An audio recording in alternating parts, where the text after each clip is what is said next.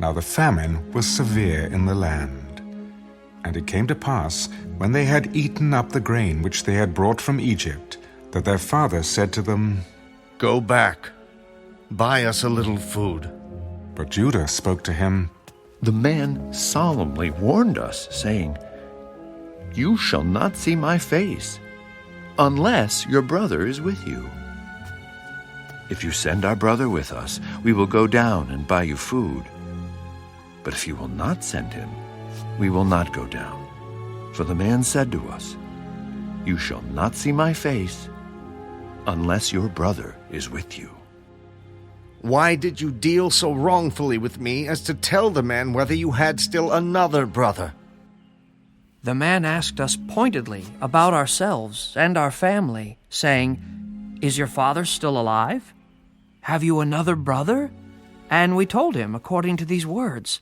Could we possibly have known that he would say, "Bring your brother down"? Then Judah said to Israel his father, "Send the lad with me, and we will arise and go, that we may live and not die. Both we and you, and also our little ones. I myself will be surety for him. From my hand you shall require him. If I do not bring him back to you and set him before you, then let me bear the blame forever. For if we had not lingered, surely by now we would have returned the second time." If it must be so, then do this. Take some of the best fruits of the land in your vessels and carry down a present for the man. A little balm and a little honey, spices and myrrh, pistachio nuts and almonds. Take double money in your hand, and take back in your hand the money that was returned in the mouth of your sacks. Perhaps it was an oversight. Take your brother also, and arise, go back to the man. And may God Almighty give you mercy before the man, that he may release your other brother and Benjamin. If I am bereaved, I am bereaved." So the men took that present and Benjamin, and they took double money in their hand, and arose and went down to Egypt, and they stood before Joseph.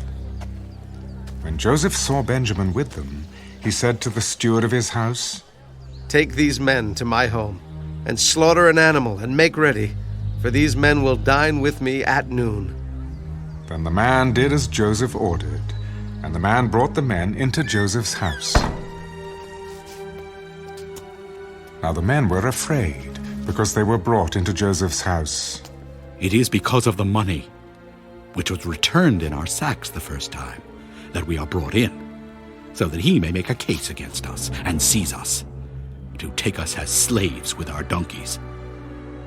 When they drew near to the steward of Joseph's house, they talked with him at the door of the house.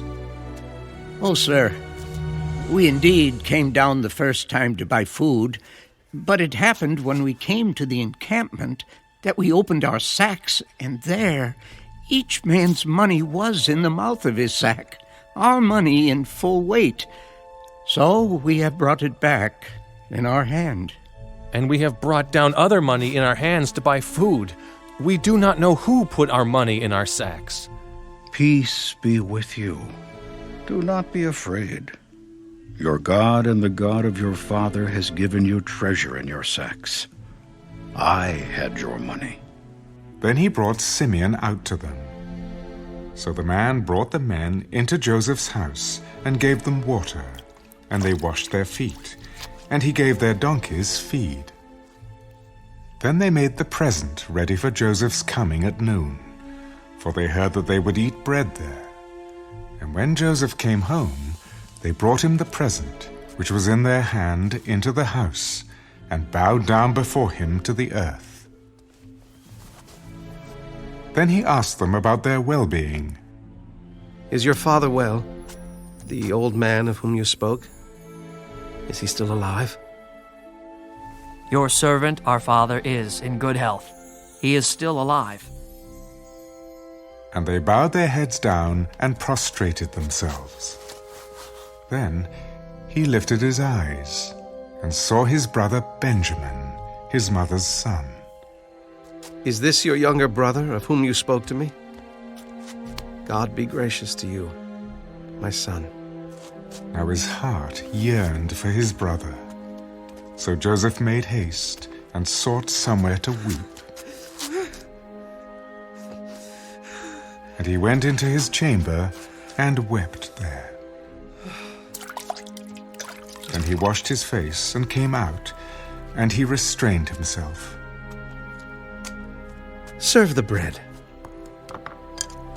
So they set him a place by himself, and them by themselves, and the Egyptians who ate with him by themselves, because the Egyptians could not eat food with the Hebrews, for that is an abomination to the Egyptians.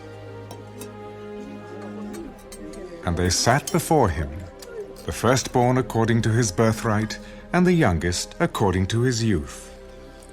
And the men looked in astonishment at one another.